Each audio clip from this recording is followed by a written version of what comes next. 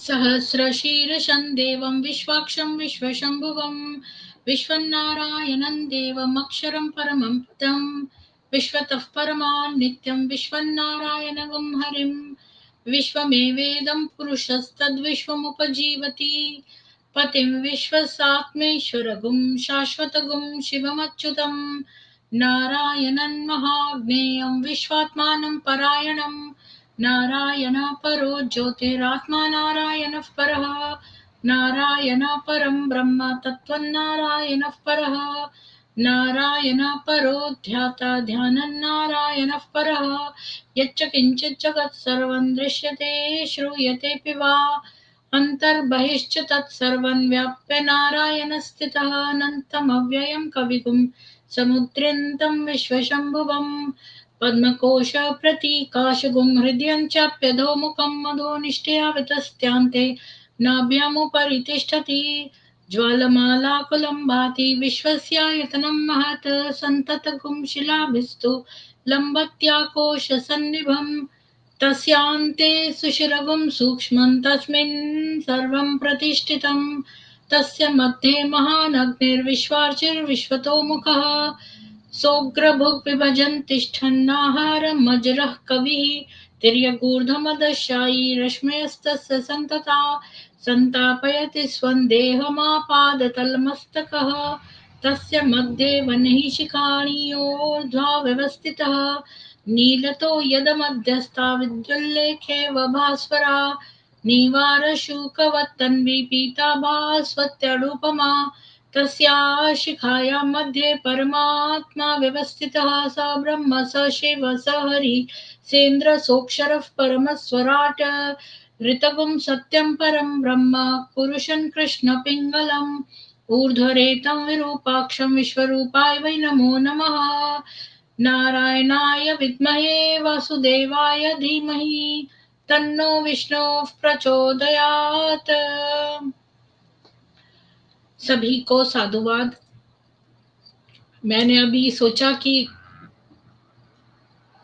मैं विष्णु जी की स्तुति लगा देती हूँ, तो मुझे यहाँ पर एक नोटिस आया कि भाई मैं अब जो पेड मेंबर नहीं हूँ तो मेरे को वीडियो जो है चलाने की अनुमति नहीं है। तो मैंने सोचा कि मेरे दिमाग में तो आ ही गया था विष्णु जी का स्तुति चलाने का, तो फिर इसलिए मैंने स्तुति खुद ही बोल दी। अच्छा, कोई बात नहीं कन्हैया जी, कल की स्ट्रीम जो थी आपके क्वेश्चन पर नहीं थी, मैंने स्विच कर दिया था। आज की स्ट्रीम आपके ऊपर है। कल वाली स्ट्रीम जो थी वो एक XPK में निकली हुई माता जी हैं उनके ऊपर थी। तो कोई बात नहीं, आपने कुछ भी मिस नहीं किया। और आज मैं आपके प्रश्न का उत्तर दूंगी, क्योंकि उस समय जब आप पूछते हैं, जब मैं वेद पढ़ रही होती हूँ, तो मेरे पास लिमिटेड टाइम था इस स्ट्रीम यार्ड के। मेरे को खाली 10 घंटे मिलते हैं फ्री के, तो मैं बहुत सारी चीजें खोलने में अगर टाइम वेस्ट कर दूंगी तो फिर नहीं हो पाएगा। तो सबसे पहले मैं शेयर करती हूँ आप लोगों के साथ। आप सभी को साधुवाद। उर्मिला जी, अनमोल जी, नॉटी गर्ल जी, कन्हैया जी, सभी को साधुवाद। तो संगीत के प्रोग्राम से आप बाहर आ जाइए कन्हैया जी। जो आपका बहुत इंपॉर्टेंट क्वेश्चन है, जो आपके लाइफ का क्वेश्चन है, वो आपने मेरे से पूछा था, तो आज आपको उसका आंसर मिलने वाला है। तो ये ज्यादा इंपॉर्टेंट चीज हुई। तो मैं आपके साथ शेयर करती हूँ। सबसे पहले आपने ये जो एग्जैक्ट आपके वर्ड्स हैं, मैंने कॉपी करे हैं आपके कमेंट से, और वो हैं ये। आपने ये कहा था, एक सेकेंड में इसको, तो आपने ये कहा था कि अथर्ववेद 4.9.5, जो मनुष्य शुद्ध अंतःकरण से ... अर्थात परमात्मा सर्वव्यापक नहीं है, वो सर्वव्यापक हो तो उसको हृदय में स्थिर करने की जरूरत क्या है, वो तो अंदर है ना। तो मैं आपको धन्यवाद करती हूँ, आपने बहुत ही सुंदर और बहुत बुद्धिमानी वाला प्रश्न पूछा है, क्योंकि ज्यादातर लोग जो है इतनी गहराई वाला प्रश्न नहीं पूछते हैं। और ये बहुत ही इंपॉर्टेंट क्वेश्चन है, क्योंकि कोई भी बुद्धिमान जो थोड़ा भी रीजनिंग रखता है वो इस तरह का क्वेश्चन पूछेगा। लेकिन आपने जो ये रेफरेंस दिया है ये गलत है।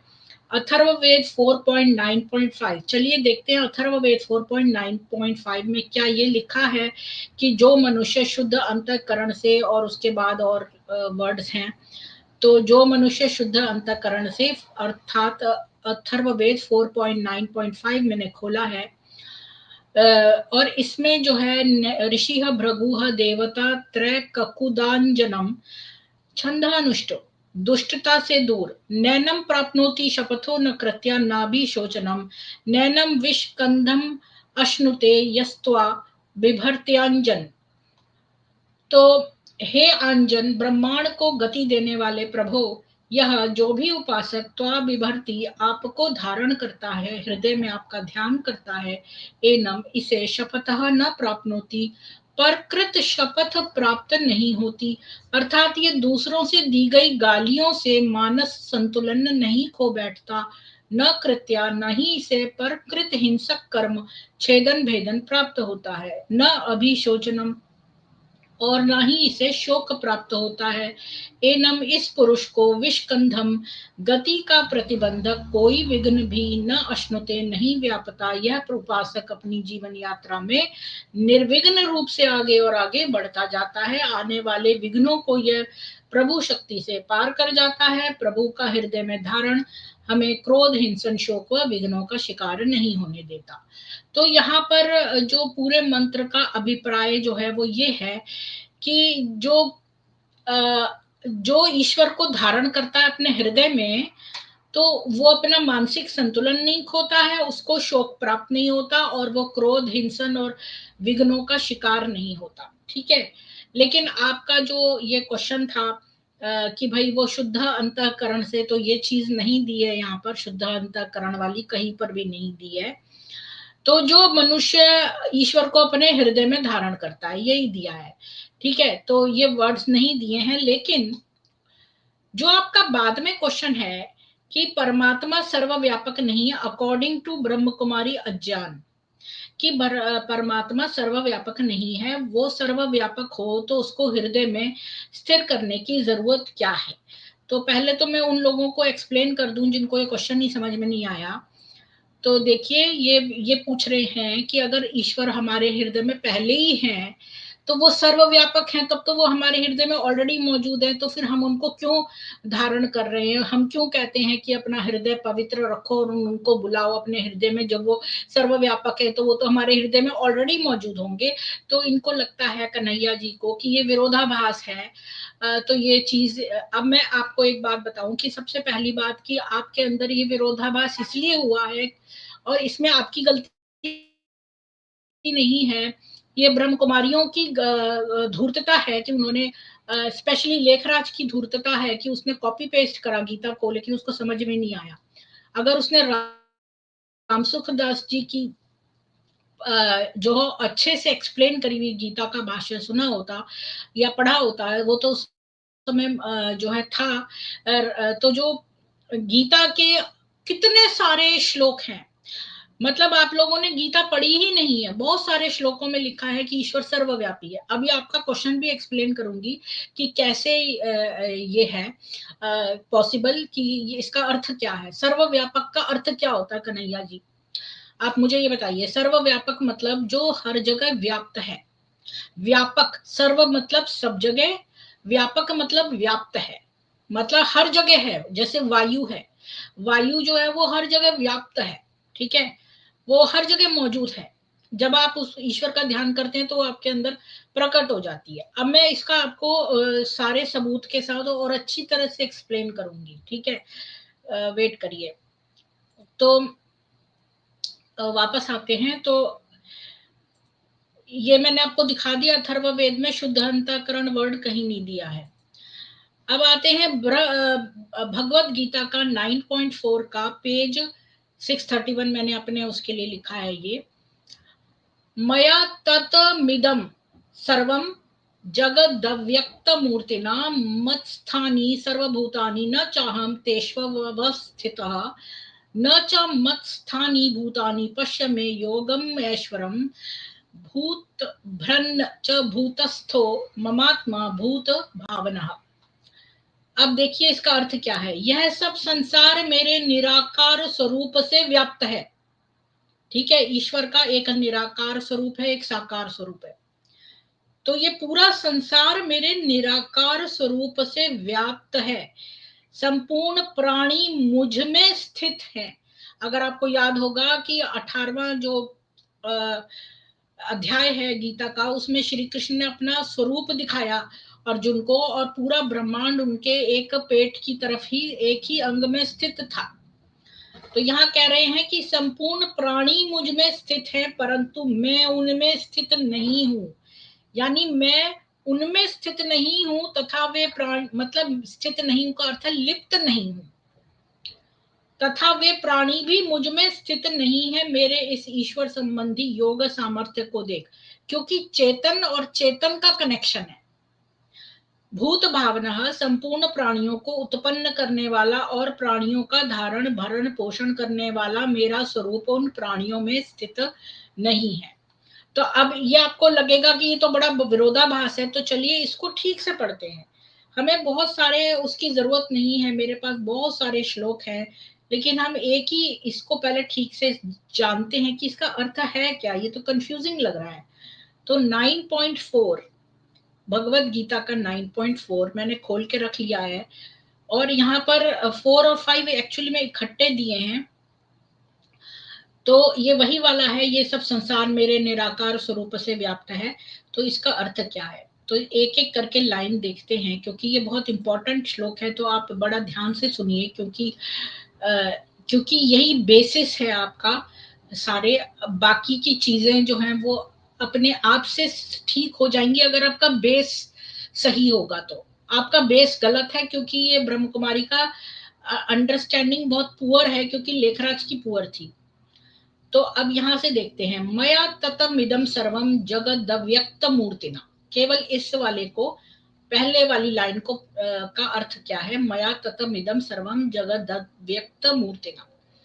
इसका अर्थ है कि मन बुद्धि इंद्रियों से जिसका ज्ञान होता है वह भगवान का व्यक्त रूप है, और जो मन बुद्धि इंद्रियों का विषय नहीं है, अर्थात मन आदि जिसको नहीं जान सकते, यह भगवान का अव्यक्त रूप है।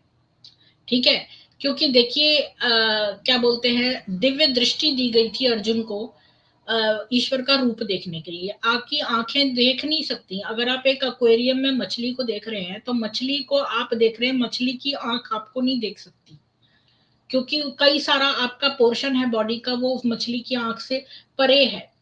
तो भगवान भी इसी तरह है, वो भगवान का अव्यक्त रूप है। यहाँ भगवान ने मया पद से व्यक्त साकार स्वरूप और अव्यक्त मूर्तिना पद से अव्यक्त निराकार स्वरूप बताया है। इसका तात्पर्य है कि भगवान व्यक्त रूप से भी है और अव्यक्त रूप से भी है।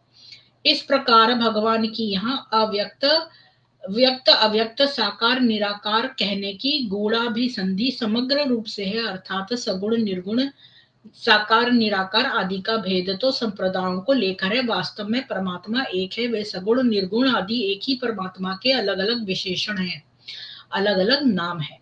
गीता में जहां सत असत शरीर शरीरी, शरीरी मतलब आत्मा का वर्णन किया गया है, वहां जीव के वास्तविक स्वरूप के लिए आया है। येन सर्वमिदं ततम 2.17, क्योंकि वह परमात्मा का साक्षात अंश होने से परमात्मा के समान ही सर्वत्र व्यापक है, अर्थात परमात्मा के साथ इसका अभेद है। यहाँ सगुण निराकार की उपासना का वर्णन आया है, वहां बताया है ये न सर्वमिदम ततम, वहां कर्मों के द्वारा भगवान का पूजन बताया है। तो ये साकार निराकार को एक्सप्लेन कर रहा है।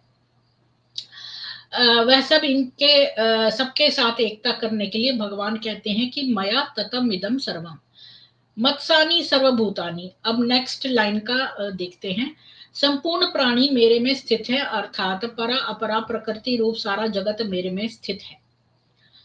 तो ये जो है भगवान ने जो अपने दिखाया था कि सारे जो ब्रह्मांड है वो उनके ही एक अंश में है, तो सारा जगत मेरे में स्थित है, वह मेरे को छोड़कर रह ही नहीं सकता। कारण है कि संपूर्ण प्राणी मेरे से ही उत्पन्न होते हैं, वो मेरे में ही स्थित रहते हैं और मेरे में ही लीन होते हैं, अर्थात उनका उत्पत्ति स्थिति और प्रलय रूप जो कुछ परिवर्तन होता है वह सब मेरे में ही होता है, अतः वह सब प्राणी मेरे में स्थित है। न चाहम तेष्वस्थितः, पहले भगवान ने दो बातें कही। पहली, मया ततमिदम सर्वम जगत अव्यक्त मूर्तिना, और दूसरी, मत्सानि सर्वभूतानि। अब भगवान इन दोनों बातों के विरुद्ध दो बातें कहते हैं। पहली बात कि मैं संपूर्ण जगत में स्थित हूं। अब यहाँ पर सर्वव्यापक वाली बात है कि मैं संपूर्ण जगत में स्थित हूं, के विरुद्ध यहाँ कहते हैं कि मैं उनमें स्थित नहीं हूं। मत्सानि सर्वभूतानि, कारण है कि यदि मैं उनमें स्थित होता तो उनमें जो परिवर्तन होता वह परिवर्तन मेरे में भी होता, है ना। ये तो आपसे भी ज्यादा एक और आगे लेयर बता रहे हैं कि अगर मैं उनके अंदर हूं तो फिर जो जब वो जैसे हमारे को बीमारी होती तो फिर ईश्वर को भी हो जानी चाहिए अगर वो हमारे अंदर है। ये उसका भी आंसर करेंगे आपको। तो वह परिवर्तन मेरे में भी होता, उनका नाश होने से मेरा भी नाश होता, और उनका अभाव होने से मेरा भी अभाव होता। यहाँ तक आपको समझ में आया?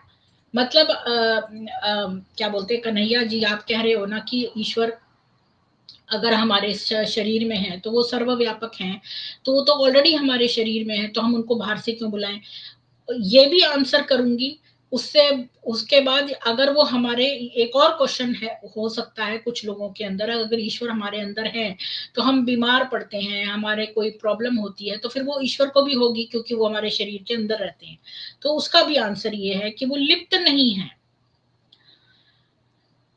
तो वो कहते हैं परंतु मेरे में कभी किंचित मात्र भी विकृति नहीं आती, यानी ईश्वर हमारे अंदर है स्थित, लेकिन मतलब अगर हमें रोग होता है, कुछ भी होता है, तो उनके अंदर विकृति नहीं आती, तो यानी वो स्थित नहीं है, उस तरह से स्थित नहीं है जैसे आप सोच रहे हैं।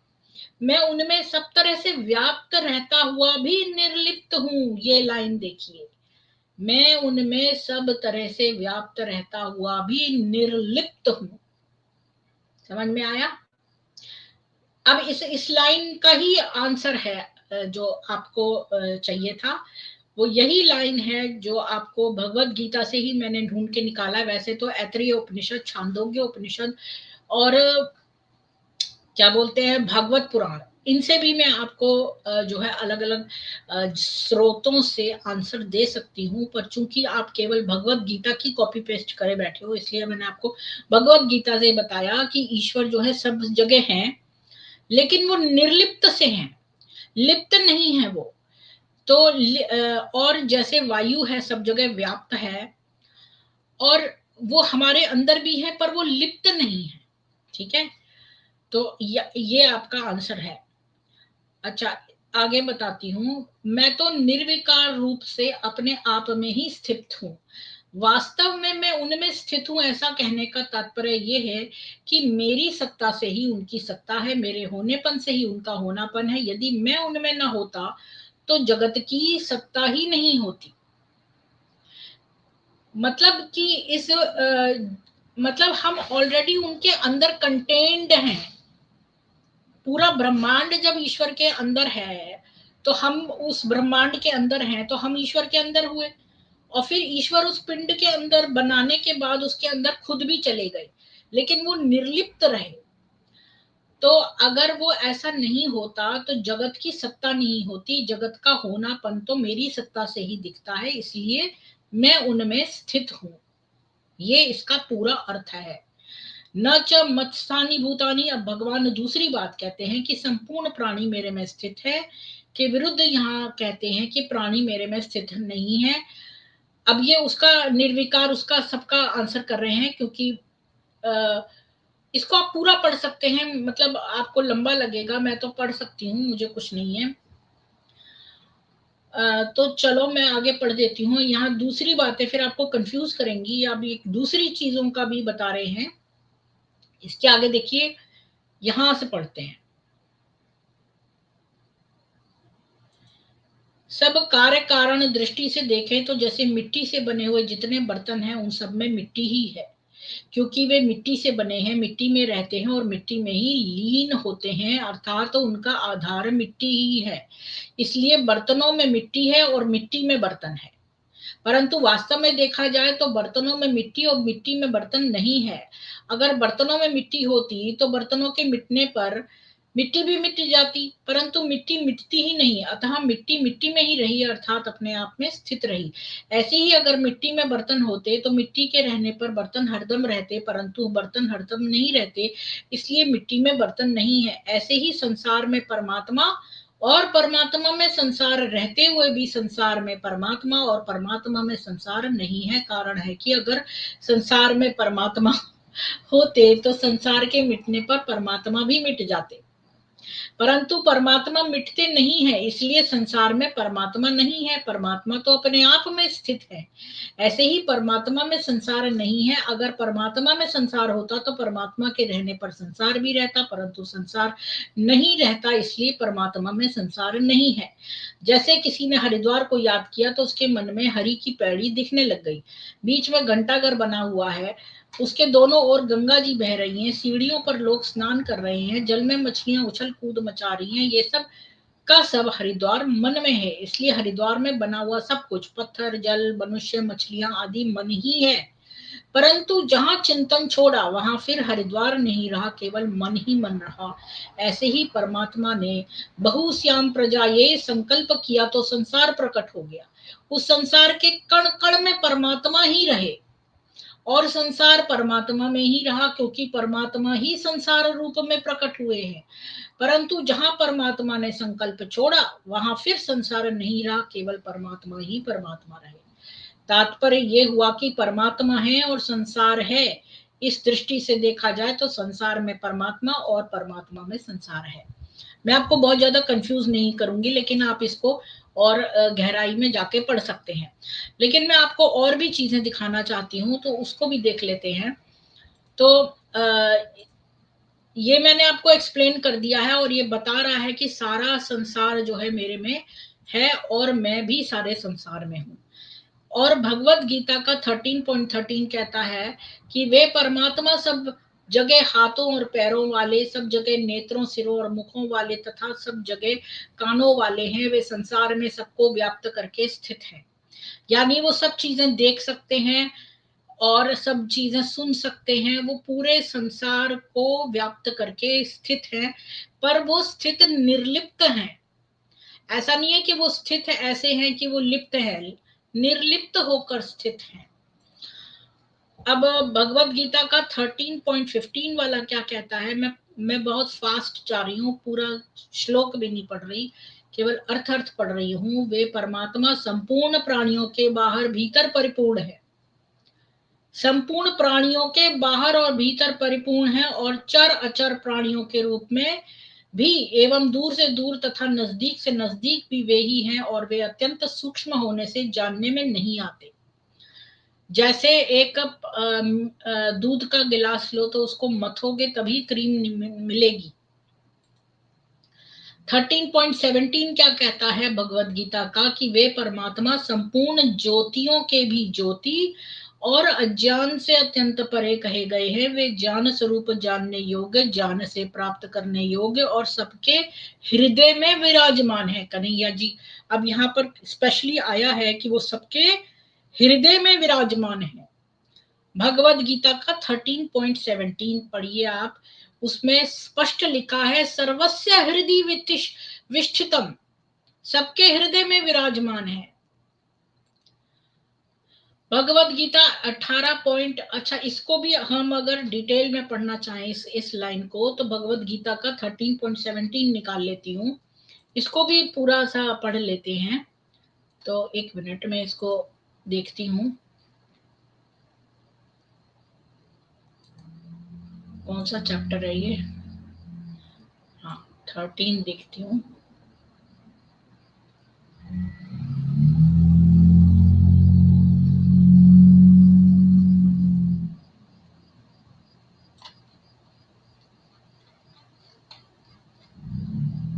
तो क्या रहा है, एक मिनट निकालने से टाइम वेस्ट होता है, लेकिन क्या करूँ, ये अच्छा लग रहा है मेरे को, क्योंकि ये कन्हैया कुमार के बिल्कुल क्वेश्चन का इसने बताया है कि सबके हृदय में स्थित हूँ, तो इसलिए ये इम्पोर्टेंट हो गया। तो मैंने ये पहले इतनी गहराई में नहीं देखा था, अभी मेरे को दिखा, जल्दी जल्दी मैंने ये बनाई है पावर पॉइंट। हाँ ये देखो 13.17, तो 17th वाला निकाल लेती हूँ। 5वां,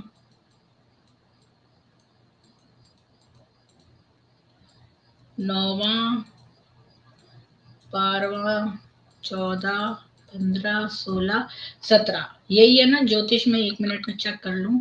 हाँ, ज्योतिषमापी तज्ज्योतिषमा, ये रहा ना, सर्वस्य विष्ठितम। तो इस खाली इतने लाइन का अर्थ देख लेते हैं यहाँ पर, इतने का। ये देखिए यहाँ लिखा है ना, हृदय सर्वस्य विष्ठितम, वह परमात्मा सबके हृदय में नित्य निरंतर विराजमान है। तात्पर्य है कि यद्यपि वह परमात्मा सब देश काल वस्तु व्यक्ति घटना परिस्थिति अवस्था आदि में परिपूर्ण रूप से व्यापक है, तथापि उसका प्राप्ति स्थान तो हृदय ही है। तो हृदय आप शुद्ध रखेंगे तभी आपको प्राप्त होंगे वो। तो वो सर्वव्यापक है, तो वो हमारे हृदय में पहले से ही मौजूद नहीं है, वो हर जगह प्रकट हो जाते हैं। सर्वव्यापक का अर्थ है कि वो सब जगह, जैसे ही आपका हृदय शुद्ध होता है वो आपके हृदय में प्रकट हो जाते हैं। अभी मैं इसको और एक्सप्लेन करूंगी। मनुष्य हर विषय को उस परमात्मा का अपने हृदय में अनुभव करने का क्या उपाय है कि मनुष्य हर एक विषय को जानता है, तो उस जानकारी में सत्य और असत्य ये दोनों रहते हैं। उन दोनों का विभाग करने के लिए साधक यह अनुभव करे कि मेरी जो जागृत स्वप्न सुषुप्ति और बालकपन जवानी बुढ़ापा आदि अवस्थाएं तो भिन्न भिन्न हुई, पर मैं एक रहा। यानी कन्हैया जी आप तो एक ही रहे, आपका आपका बालकपन भी आया, आपकी जवानी भी आई, बुढ़ापा भी आएगा, तो आपकी अलग अलग सोते समय जागृत स्वप्न सुषुप्ति अवस्थाएं हैं, पर आप तो एक ही है ना। ये आपकी डिफरेंट अवस्थाएं हैं, सुखदाई दुखदाई अनुकूल प्रतिकूल परिस्थितियां आई और चली गई, पर आप एक ही रहे, है ना। देश काल वस्तु व्यक्ति आदि का संयोग वियोग हुआ, पर उनमें से भी मैं एक ही रहा। तात्पर्य ये हुआ कि अवस्थाएं परिस्थितियां संयोग वियोग तो भिन्न भिन्न तरह तरह के हुए, पर उन सब में जो एक ही रहा है, भिन्न भिन्न नहीं हुआ है, उसका उन सब से अलग करके अनुभव करें। ऐसा करने से जो सबके हृदय में विराजमान है उसका अनुभव हो जाएगा, क्योंकि वह स्वयं परमात्मा से अभिन्न है। जैसे अत्यंत भूखा अन्न के बिना और अत्यंत प्यासा जल के बिना नहीं रह सकता, ऐसे ही उस परमात्मा के बिना नहीं रह सके, बेचैन हो जाए, उसके बिना न भूख लगे न प्यास लगे और न नींद आए, उस परमात्मा के सिवा और कहीं वृत्ति ही न जाए, इस तरह परमात्मा को पाने के लिए व्याकुल हो जाए, तो अपने हृदय में उस परमात्मा का अनुभव हो जाएगा। इस प्रकार एक बार हृदय में परमात्मा का अनुभव हो जाने पर साधक को सब जगह परमात्मा है ऐसा अनुभव हो जाता है, और यही वास्तविक अनुभव है। क्योंकि ये सारे जो हमारे ऋषि थे मुनि थे, इन्होंने जो भी लिखा है वो अनुभव पर लिखा है, और कोई और भी वो सब कुछ करेगा तो उसको वैसा ही अनुभव होगा। क्योंकि साइंस का मतलब ही है कि जब आप कोई थ्योरी लिखते हैं तो वो रिप्रोड्यूसेबल है, वो जो एक्सपेरिमेंट है वो रिप्रोड्यूसेबल है, यानी कोई भी उसको करेगा तो उसको वही चीज प्राप्त होगी। ठीक है, तो अब मैं उसको और आपको डिटेल में बताऊंगी, शायद आपको इस पर भी ना वो हो, पर मैंने आपको इतना बता दिया है। तो हमने ये करा कि सबके हृदय में विराजमान है। 18.61 क्या कहता है? हे अर्जुन, श्री कृष्ण कह रहे हैं कि हे अर्जुन, ईश्वर संपूर्ण प्राणियों के हृदय में रहता है और अपनी माया से शरीर रूपी यंत्र पर आरूढ़ हुए संपूर्ण प्राणियों को उनके स्वभाव के अनुसार भ्रमण कराता रहता है। ठीक है, तो इसको भी अगर आप और पढ़ना चाहते हैं तो देखिए इसकी पहली लाइन क्या कहती है? ईश्वरः सर्वभूतानां हृदयेषु अर्जुन तिष्ठति। तो यहाँ तो वो साफ साफ कह रहा है कि मैं सबके हृदय में रहता हूँ। 18.61 इसको भी देख लेते हैं। 18.61, एक मिनट, खाली उतना उतना पढ़ूंगी जो कि हमारे मतलब से होगा, क्योंकि मैं बहुत बोर नहीं करना चाहती हूँ आप लोगों को कि कोई प्रवचन लगे। लेकिन आपका जो आंसर है ना, आपको डिटेल में पता होगा तभी आप उसको ठीक से समझ पाएंगे। मैं आपको शैलो तरीके से नहीं समझाना चाहती हूँ, आपको गहराई में समझाना चाहती हूँ ताकि आपको ठीक से समझ में आ जाए। खाना पूर्ति नहीं करना चाहती। लेकिन मैंने आपको ये भी दे दिए हैं, आप इनको खूब आराम से अपने फ्री टाइम में बैठकर इनको निकाल के पढ़ सकते हैं। राम सुखदास जी की गीता आप डाउनलोड कर लीजिए और उसमें पढ़िए आराम से बैठकर। अगर कुछ आपको समझ में नहीं आता तो आप मेरे से पूछ सकते हैं। 61 देखिए, ईश्वरः सर्वभूतानां हृदेशे अर्जुन तिष्ठति ब्रह्मयन् सर्वभूतानि यंत्रारूढ़ानि मायया। हे अर्जुन, ईश्वर संपूर्ण प्राणियों के हृदय में रहता है और अपनी माया से शरीर रूपी यंत्र पर आरूढ़ हुए संपूर्ण प्राणियों को उनके स्वभाव के अनुसार भ्रमण कराता है। तो देखियो यहाँ पर पूरी लाइन का ही मतलब यहाँ दे दिया। इसका तात्पर्य ये है कि जो ईश्वर सबका शासक, नियामक, सबका भरण पोषण करने वाला और निरपेक्ष रूप से सबका संचालक है, वह अपनी शक्ति से उन प्राणियों को घुमाता है जिन्होंने शरीर को मैं और मेरा मान रखा है। जैसे विद्युत शक्ति से संचालित यंत्र रेल पर कोई आरूढ़ हो जाता है, चढ़ जाता है, तो उसको परवशता से रेल के अनुसार ही जाना पड़ता है। परंतु जब वह रेल पर आरूढ़ नहीं रहता, नीचे उतर जाता है, तब उसको रेल के अनुसार नहीं जाना पड़ता। ऐसे ही जब तक मनुष्य शरीर रूपी यंत्र के साथ मैं और मेरेपन का अनुभव संबंध रखता है, तब तक उसको ईश्वर के स्वभाव के अनुसार संचालित करता रहता है और वह मनुष्य जन्म मरण संसार के चक्र में घूमता रहता है। तो यहाँ पर राग द्वेष के बारे में दिया है, तो ये काफी लंबा है, तो मैं इसको नहीं पढ़ूंगी आगे। आप इसको मैंने वो दे दिया है आपको लिंक, तो मतलब वो बता दिया है कौन सा वाला है, तो आप इसको पढ़ सकते हैं। अब भगवत गीता का 4.6 क्या कहता है कि मैं अजन्म और अविनाशी स्वरूप होते हुए भी तथा संपूर्ण प्राणियों का ईश्वर होते हुए भी अपनी प्रकृति को अधीन करके अपनी योग माया से प्रकट होता हूं। तो ईश्वर सर्वव्यापी है और जैसे ही आप अपना हृदय शुद्ध कर लेंगे, वो अपनी योग माया से प्रकट हो जाएंगे, ये मतलब है। ठीक है, अब आपको इसका अर्थ समझ में आ गया। 4.35 क्या कहता है, जिस तत्व ज्ञान का अनुभव करने के बाद तू फिर इस प्रकार मोह को नहीं प्राप्त होगा, और हे अर्जुन, जिस तत्व ज्ञान से तू संपूर्ण प्राणियों को निःशेष भाव से पहले अपने में और उसके बाद मुझ सच्चिदानंद घन परमात्मा में देखेगा। यानी कि ईश्वर तो सब जगह है, लेकिन तुझे तब तेरे हृदय में दिखने लगेंगे जब तू निस्वार्थ भाव से कार्य करेगा और परमेश्वर जो है उनको समर्पित हो जाएगा। एक और देखिए, ये है विष्णु पुराण। इसका 16वां पेज क्या कहता है, हे महाबुद्धे, जल के बुलबुले के समान क्रमशः भूतों से बढ़ा हुआ वह गोलाकार। अब ये बता रहा है कैसे जो है ब्रह्मांड की उत्पत्ति हुई। मैंने आपको थोड़ा सा दे दिया रेफरेंस, आप विष्णु पुराण में खोल के देख सकते हैं। जल के बुलबुले के समान क्रमशः भूतों से बढ़ा हुआ वह गोलाकार और जल पर स्थित महान अंड यानी ब्रह्म हिरण्य गर्भ रूप विष्णु का अति उत्तम प्राकृत आधार हुआ। उसमें वे अव्यक्त स्वरूप जगतपति विष्णु व्यक्त हिरण्य गर्भ रूप से स्वयं ही विराजमान हुए।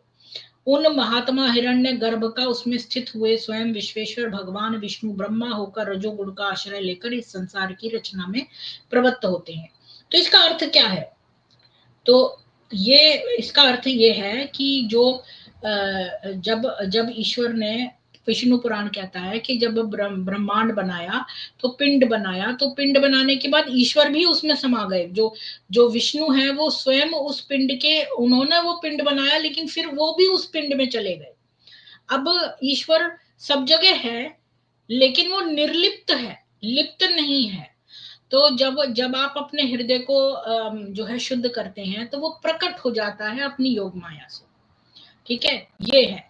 अभी मैं इसको और भी आपको अच्छा सा बता देती हूँ कि ये मैंने आपको विष्णु पुराण का कुछ दिखाया है, बाकी आप इसको आराम से पढ़ सकते हैं पेज 16 पर जाकर।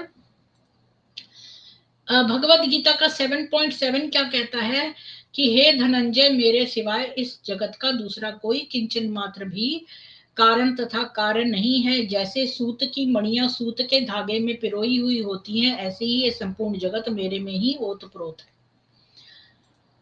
और ऐतरेय उपनिषद ये है जो मेन आपको बताएगा। आपके क्वेश्चन का आंसर ये है पेज 46 पर मैंने खोल रखा है ऐतरेय उपनिषद। ये देखिए, ये ऐतरेय उपनिषद क्या कहता है। अब ये पूरा यहां पर देखिए, समस्त व्यवस्था यहां से पढ़िए। अब आपका क्वेश्चन जो है ना, कि जो जो असली क्वेश्चन है आपका, कि भाई अगर ईश्वर सर्वव्यापक है तो वो तो हमारे हार्ट में ऑलरेडी मौजूद है, तो फिर हम अपना अंतःकरण शुद्ध और ये सब इतनी मेहनत क्यों करें जब ऑलरेडी गॉड हमारे अंदर है। तो ये अब आपको इसका अर्थ बताएगा कि गॉड कैसे अंदर है। ऐतरेय उपनिषद में ये देखिए कि क्या लिखा है, कि समस्त व्यवस्था बन जाने पर भी आत्मा के रूप में परमात्मा के अंश की स्थापना के बगैर व्यक्ति का अस्तित्व नहीं बनता। को हम, फिर मैं कौन हूं का उत्तर सो हम इति, मैं वही आत्म तत्व हूं, यह तथ्य इस प्रकरण से सिद्ध होता है। अब यहाँ पर आगे देखिए, मैं आपको खाली ये पढ़ रही हूँ, मंत्र नहीं पढ़ रही। वह परमात्मा मानव शरीर की सीमा मूर्धा, यानी ब्रह्मरंध्र, यानी आपके सिर के ऊपर जो ये जगह होती है ना, इसको विदीर्ण करके चीर कर उसमें प्रविष्ट हो गया। तो परमात्मा कहां से अंदर आया? ब्रह्मरंध्र से। अच्छा, ये मैं आपको दिखा दूं, नहीं दिख रहा है, ये है ब्रह्मरंध्र। तो परमात्मा ने जब ये पूरा विराट पुरुष बनाया, पूरा इसके ऐतरेय उपनिषद में दिया है कि कैसे ये रचना करी, और इसके बाद जो है ना, उसने सोचा कि मनुष्य को उसने सारी इंद्रियां भी दे दी। यहाँ तक मैंने आपको नहीं सुनाया है, इसके आगे से ये है कि जब उसने सब कुछ बना लिया तो उसने सोचा कि अब मैं भी इसके अंदर प्रवेश हूं। तो उसने उसके ब्रह्मरंध्र को चीर कर यहां से वो प्रवेश हुआ। ठीक है। और यहाँ पर जो बहुत बड़े बड़े योगी और बहुत सिद्ध पुरुष होते हैं, उनकी आत्मा जब निकलती है तो यहाँ से निकलती है। जो उससे थोड़े कम होते हैं उनकी यहाँ से निकलती है। जो जितने लोअर होते हैं वो नीचे के इंद्रियों से वो निकलते हैं। ठीक है। अब आगे पढ़ती हूँ।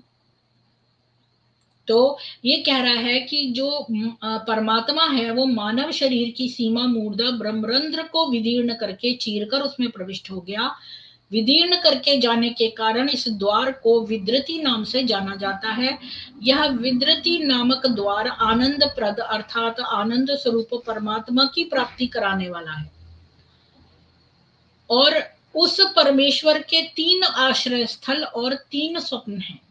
यानी वो आपकी बॉडी में 3 आश्रय लिए बैठा है, उसका यही आवास स्थल है, यही आवास स्थल है, यही आवास स्थल है, यही वह स्थल है। ये बात 3 बार कही है मंत्र में, ये बात 3 बार कही है। अयमा वसतो अयमा वसतो अयमा वसत इति। तो ये बात 3 बार क्यों कही है? बात पर बल देने के लिए त्रिवाचा कहने की परंपरा है। यानी 3 बार इसलिए बोला जाता है ताकि हम उसको जो है स्ट्रेस करें, उसकी इंपॉर्टेंस को। अर्थात यह देह निश्चित रूप से उस परमात्मा का आवास है। अन्य भाव यह है कि शरीर में 3 स्वचालित तंत्र, 3 ग्रंथियां में आत्मा का सीधा नियंत्रण कहा जा सकता है। वे है मस्तिष्क में सहस्रार, जो मैंने आपको ऊपर दिखाया ब्रह्मरंध्र, वही सहस्रार है। रेटिकुलर एक्टिवेटिंग, जिसको सिस्टम कहते हैं इंग्लिश में, रेटिकुलर एक्टिवेटिंग सिस्टम। दूसरा है हृदय, जिसको पेसमेकर कहते हैं, तथा नाभि ग्रंथि, पाचन, प्रजनन चक्र अथवा शरीर, ब्रह्मांड और परम व्योम। इन 3 स्थानों को उसके स्थान तथा स्थूल, सूक्ष्म एवं कारण स्वरूपों को अथवा सृजन, पालन, परिवर्तन, यानी कि यही जो ब्रह्मा विष्णु महेश हैं, उसके 3 स्वप्न कहे जाते हैं। ठीक है। अभी जिसको समझ में नहीं आया मैं भी फिर से बता दूंगी। तो ये हो गया ये। और पेज 1514 पे दिया है भगवत गीता में, क्षेत्रज्ञम चापी माँ विद्वी सर्व क्षेत्रेषु भारत। गीता का 13.2 क्या कहता है? अर्थात मणि रूप अपरा प्रकृति भी मेरा स्वरूप है और धागा रूप परा प्रकृति भी मैं ही हूँ। दोनों में मैं ही परिपूर्ण हूँ, व्याप्त हूँ। साधक जब संसार को संसार बुद्धि से देखता है तब उसको संसार में परिपूर्ण रूप से व्याप्त परमात्मा नहीं दिखते। जब उसको परमात्म तत्व का वास्तविक बोध हो जाता है तब व्याप्य व्यापक भाव मिटकर एक परमात्म तत्व ही दिखता है। इस तत्व को बताने के लिए ही भगवान ने यहाँ कारण रूप से अपनी व्यापकता का वर्णन किया है। और छांदोग्य उपनिषद का 6.2.3 क्या कहता है? ये भी आपको बहुत इंपॉर्टेंट है। ये भी कि आगे उसके पिता ने कहा, तो यहाँ पर उद्दालक और उसकी बात हो रही है, पूरी स्टोरी है। तो पर वो जान लेने पहुंचा तो उसने कहा, उसके पिता ने कहा, उस सत्य ने संकल्प किया कि मैं विभिन्न रूपों में उत्पन्न हो जाऊं। तो जो सत्य था शुरू में, जब सृष्टि भी नहीं बनी थी, तब उसने संकल्प किया कि मैं विभिन्न रूपों में हो जाऊं। इस प्रकार इच्छा करते ही उस सत्य से तेज की उत्पत्ति हुई। तत्पश्चात उस तेज ने संकल्प किया कि मैं भी बहुत हो जाऊं। ऐसा संकल्प लेते ही उस तेज ने अप तत्व यानी जल की रचना की। अतः जब किसी को संताप होता है, तब पसीना आ जाता है, उस समय उस तेज से ही जल की उत्पत्ति हो जाती है। तो आपके अंदर जो पसीना आता है, जो आपको आंसू आते हैं, तो जल तत्व जो है वो आपके अंदर आ गया ना, जल तत्व आपके अंदर है। तो जब आपको बहुत जोर से दुख होता है तो आपको आंसू निकलने लगते हैं, तो वो जल बाहर आने लगता है। तो मैंने आपका आंसर बहुत अच्छे तरह से दे दिया है कन्हैया जी। आपका क्वेश्चन ये था कि अगर ईश्वर सब सब जगह व्याप्त नहीं है तो आप ये बात बार बार कहते हैं, ये ब्रह्म कुमारी का अज्ञान है। आपने कहा अगर ईश्वर सर्वव्यापक है तो ऑलरेडी हृदय में होगा, तो हम उसको हृदय में क्यों बुलाएं। तो वो सब जगह व्याप्त है, और जैसे ही आप अपना हृदय शुद्ध करते हैं, आपको परमात्मा वहां योग माया से प्रकट हो जाते हैं। ये भगवत गीता, विष्णु पुराण, छांदोग्य उपनिषद, ऐतरेय उपनिषद, सबसे मैंने प्रूव कर दिया है कि ईश्वर सर्व जगह व्याप्त हैं। और वो हमारे शरीर के अंदर आए, कैसे आए, ये सब डिटेल में ऐतरेय उपनिषद में दिया हुआ है। और कैसे जो है वो छांदोग्य उपनिषद में दिया है कि जैसे जल, फॉर एग्जाम्पल मैंने एक छोटा पैराग्राफ लिया, उसमें बहुत डिटेल में दिया है कि कैसे जल हमारे अंदर आया। तभी तो हम जब रोते हैं तो जल अपने आप से हमारे अंदर से निकलता है बाहर। तो ये जल क्या है, ईश्वर का अंश है। तो ईश्वर जो है हमारे अंदर है ऑलरेडी, और वो व्याप्त है। हृदय अंतःकरण जब हम शुद्ध कर लेते हैं तो हमें अपने आप दिखने लगते हैं वो।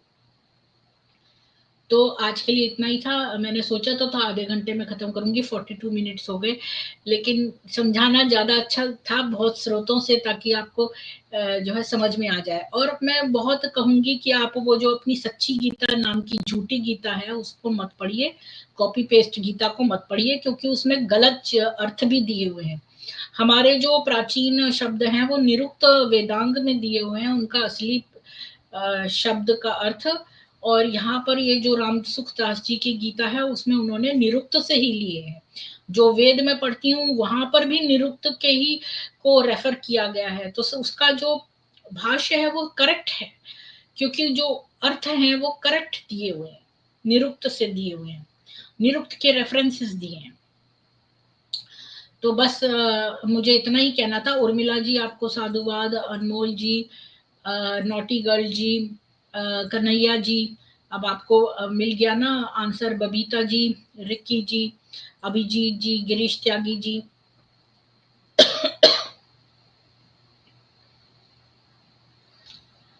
वीना जी, सोनाली का विचार जी, अभिजीत चंद्रवंशी जी कह रहे हैं स्त्री को वेद पढ़ने का अधिकार नहीं है, आप कैसे पढ़ रहे हैं, क्या आप किसी संप्रदाय के परंपरा से जुड़े हैं। आपको किसी मूर्ख ने बोल दिया है क्या? स्त्रियां तो सारी भरी पड़ी हैं वेदों में। आपने तो ऐसी बात कह दी, इतनी ज्यादा मूर्खता वाली बात है ये, मैं क्या बताऊं आपको। स्त्रियों के नाम पर ऋचाएं हैं, ऋग्वेद के अंदर कितनी सारी ऋचाएं हैं। मैंने इसके ऊपर एक स्ट्रीम भी की है। अम, रुकिए मैं आपको एक सेकंड में दिखा देती हूँ।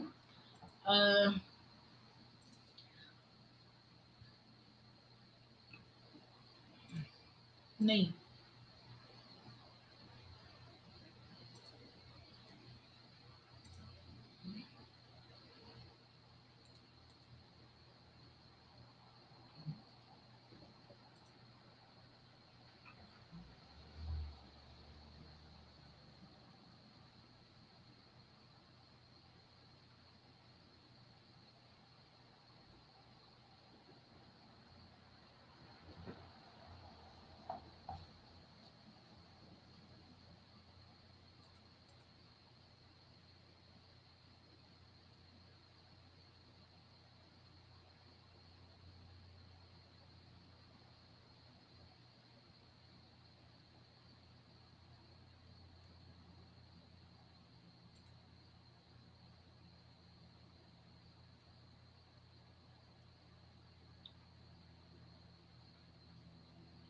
इसके ऊपर मैंने कई स्ट्रीम्स करे हैं। एक मिनट, मुझे ना शायद मैंने दूसरे प्लेलिस्ट में डाला हुआ है ये। इसमें भी आपको मिल जाएगा, सनातन की ऊर्जा में राइट्स ऑफ विमेन इन इस्लाम, ये भी मिल जाएगा आपको।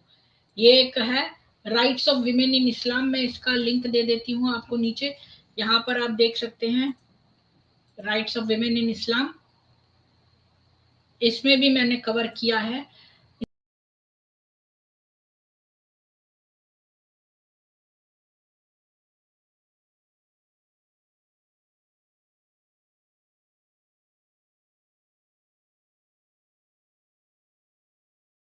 बाहर निकल गई बैक करके, देखिए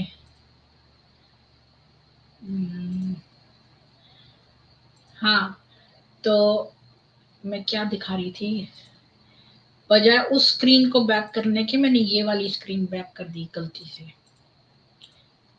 तो एक सेकेंड, हाँ, ये मैंने आपको एक दिया सनातन की ऊर्जा राइट्स ऑफ विमेन इन सनातन, सनातन की ऊर्जा नहीं, राइट्स ऑफ वुमेन इन सनातन, एक तो इसमें मिल जाएगा आपको। और ये 2 बार कैसे है, अच्छा एक मिनट, सनातन की ऊर्जा भी 2 बार है। एक और है मैंने जो किया था, एक मिनट, बेसिक्स नहीं, सनातन ग्रंथ करके है शायद, उसमें मिल जाएगा आपको। एक मिनट, सनातन ग्रंथ,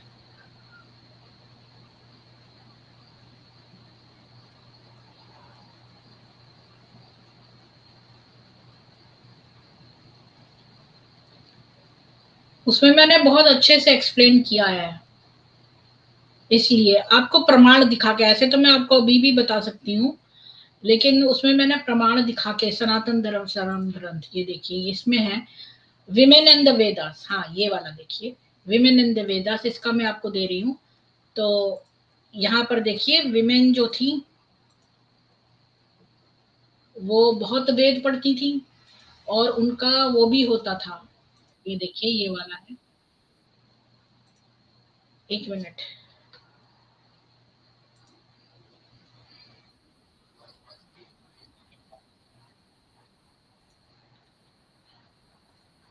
ये देखिए ये मैंने किया था कि ये सारे जो फैक्ट्स हैं, सारी जो हमारी देवियां हैं, ये सारी जो हमारी देवियां हैं, ये भी सब जो है स्त्रियां हैं।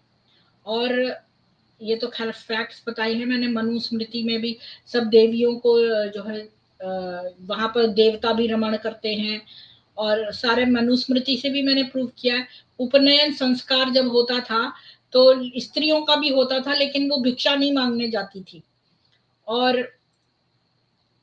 इसमें आपको बहुत सारे जो है मैंने प्रूफ दिखाए हुए हैं, और यहाँ से दिखाया पूरा कि गर्ल का कैसे उपनयन होता था, अपने सनातन ग्रंथों से दिखाया है, देवर टॉट द वेदास, ये देखो सब मैंने दिखाया है। इसके अलावा ये काफी पहले मैंने बनाई थी, जो जो ये थी मैत्रेयी जो थी, याज्ञवल्क्य की थी, उसने जो है पूरा सरमन दिया था। गार्गी कॉलेज जो गार्गी थी ना, वो भी जज बनी थी। वैदिक रिचुअल्स का कितनी जगह पर रेफरेंस आया है, तो कोई मूर्ख ही होगा, इसको अब मैं पूरा नहीं कवर करूंगी, आप उसमें जाके देख लेना, ठीक है। मैंने आपको 2 स्ट्रीम्स बता दी हैं जहां मैंने खोल के बहुत अच्छे प्रमाण से बताया है कि कैसे वेद के अंदर स्त्री बहुत इंपॉर्टेंट है। स्त्रियां वेद पढ़ती थी, खाली भिक्षा घर घर मांगने नहीं जाती थी जो लड़के जाते थे, लेकिन बाकी सारे कार्य वो करती थी। आप सभी को साधुवाद, और प्लीज स्ट्रीम को ज्यादा से ज्यादा शेयर करिए। ये स्ट्रीम बहुत इंपॉर्टेंट है क्योंकि कन्हैया जी ने बहुत बुद्धिमानी वाला क्वेश्चन पूछा है। ये क्वेश्चन बहुत ही रीजनेबल क्वेश्चन है, जिसके अंदर थोड़ा भी दिमाग होता है वो अपने दिमाग से सोच सकता है कि अगर ईश्वर तो सब जगह है तो वो तो ऑलरेडी मेरे हृदय में है, तो मैं क्यों अलग से एफर्ट करूं। तो हमें इसलिए एफर्ट करना पड़ता है, जैसे शीशा आपको, जैसे धूल भरा है तो आपको कोई दिख नहीं रहा पीछे, तो आप धूल साफ करेंगे तभी तो दिखेगा। तो वैसे ही जो है वो हमें ईश्वर को देखने के लिए हमें मेहनत करने की जरूरत है। ईश्वर तो ऑलरेडी विद्यमान है, वो तो व्याप्त है पूरे में, वो तो योग माया से तुरंत प्रकट हो जाते हैं जब आपके मन के चिंतन में आ जाते हैं। तो तो जब आप, मैंने सारे आपको रेफरेंसेस दे दिए, आप उसमें से पढ़ेंगे तो आपको मिल जाएगा। ठीक है अभिजीत जी, मैंने आपको लिंक दे दिए हैं नीचे दोनों। उर्मिला जी, राम राम, मुकेश जी, बैटमैन जी, जय श्री राम जी, आत्या जी, बीके का विनाश जी, वीना जी, सभी को साधुवाद। नहीं, ये अफवाह फैलाते हैं वीना जी, ये अफवाह फैलाते हैं। वेदों में तो, हमारे यहाँ तो देवियां हैं सारी, जो स्त्रियां हैं देवियां हैं। हमारे मनुस्मृति में दिया है, वेद सारे जो है ऋचाएं, पूरे पूरे चैप्टर्स बने हुए हैं जो ऋषिकाओं पे बने हुए हैं। हमारे यहाँ वेद का सब पढ़ाती थी, पढ़ती थी, जज थी।